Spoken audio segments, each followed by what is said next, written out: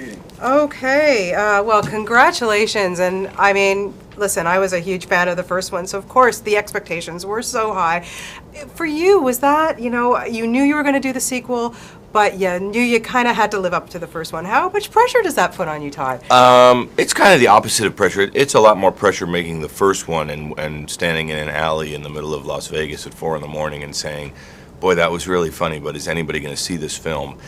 So I looked at it from the other way, which was people are anticipating the movie, so how fun is it to make a movie that people are looking forward to? So why Bangkok? Let's just go right there. For me, it's really simple in that, obviously Las Vegas played such a key role in the first movie. It was almost the fourth or fifth character, Yeah. and location often is.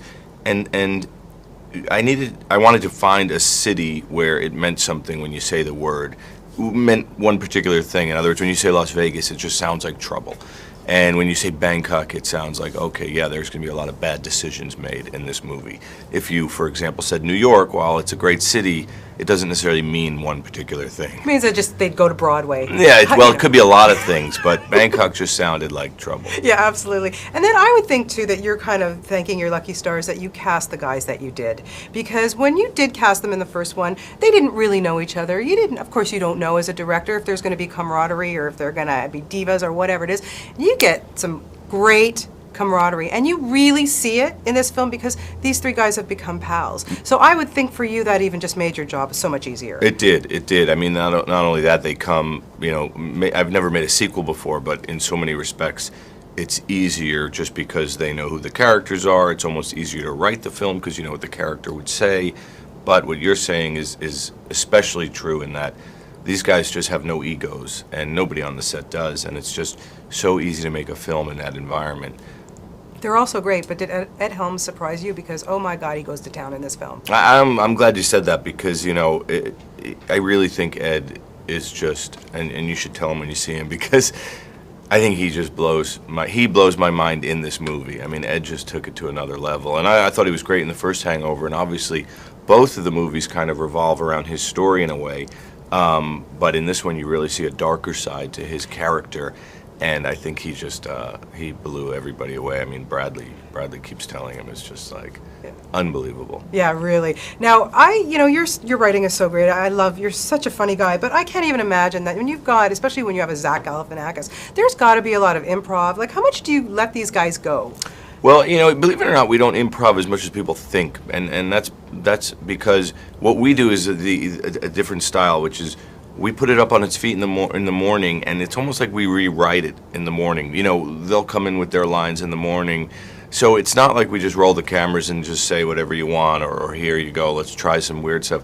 We kind of just figure it out in the morning before we start shooting, so this way we're able to still, a lot of times when you see movies or comedies that are a lot of improv, you have to shoot them like a TV show, 2 cameras, and it feels like a little bit TV-like because you never know who's going to say what, so you put 2 cameras like this and you just roll.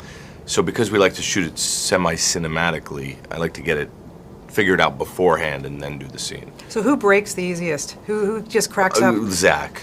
Zach and Ed together are impossible. Bradley's a soldier. He's the greatest actor of the group because he's just like focused. Those guys just crack each other up all the time. Yeah. Now, Bradley says that Phil is you. That's it. Phil is you. So are you like calm, cool, and collected in these types of crazy situations? I wish I looked like Phil. I think it's more that he's the leader of the group and he just keep it together and let's go and power through this. But and he's a little bit confident in certain ways that I'm not. But yeah, Bradley does say he's playing me in the movie. Yeah. Now, does throwing an animal into a movie always make it funny?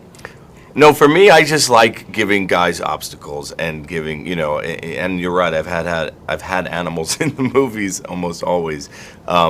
It always just presents a bizarre obstacle to me that they have to deal with, and in this movie in particular, Crystal plays a very key role in the film, Crystal the monkey, and yeah, I don't know why I do that. No, it's great. Just very quickly, I have to ask you about the DVD. Like when you're shooting and you have so much stuff, how do you know? Like, it must be fantastic for a director to know that you can just have so much stuff that you can put on a DVD or a Blu-ray at the end. Yeah, I mean, it is and it isn't. I prefer like movies that just stand alone as the movie that came out. I don't love the idea of like, now let's throw this scene that I took out of the movie because it was too slow, but I'm going to put it on the DVD.